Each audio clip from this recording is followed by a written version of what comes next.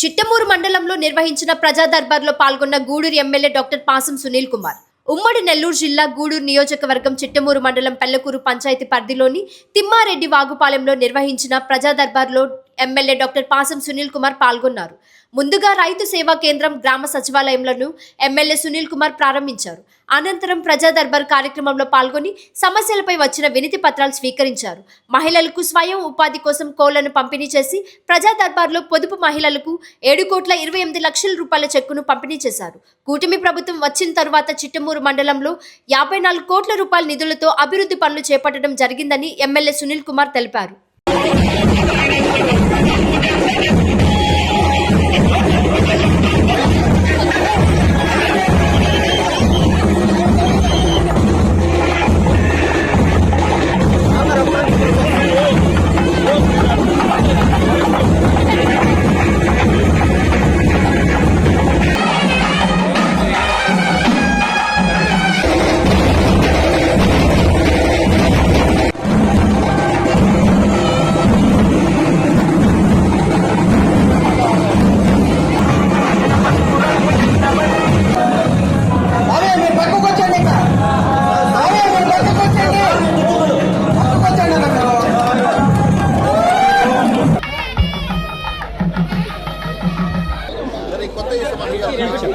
ఎవరన్నా ఏంది మీరు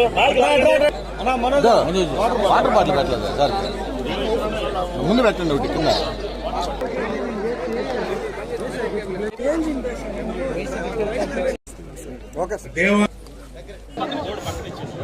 మా కొంచెం సైడ్కి ఉండాలా మేడం, సైడ్కి ఉండ.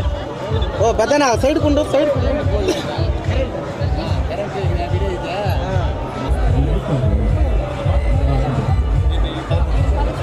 ఒకటే మీ అందరి ధర్మాన నేను గతంలో కూడా ఎమ్మెల్యే గెలిచా.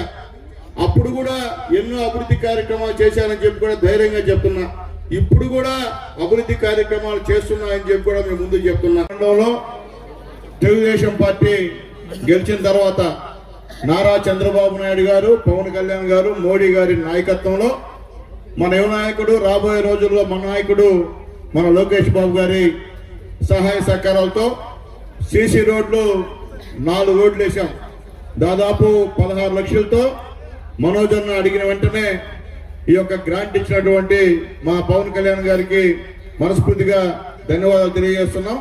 అలాగే ఇరిగేషన్ పనులు దాదాపు 50 లక్షల పనులు, 24 నుంచి 50 లక్షల పనులు, ఇరిగేషన్ పనులు మేము గెలిచిన ఈ యొక్క 19 నెలల్లోనే చేసామని చెప్పేదానికి నిజంగా చాలా గర్వపడుతున్నాం.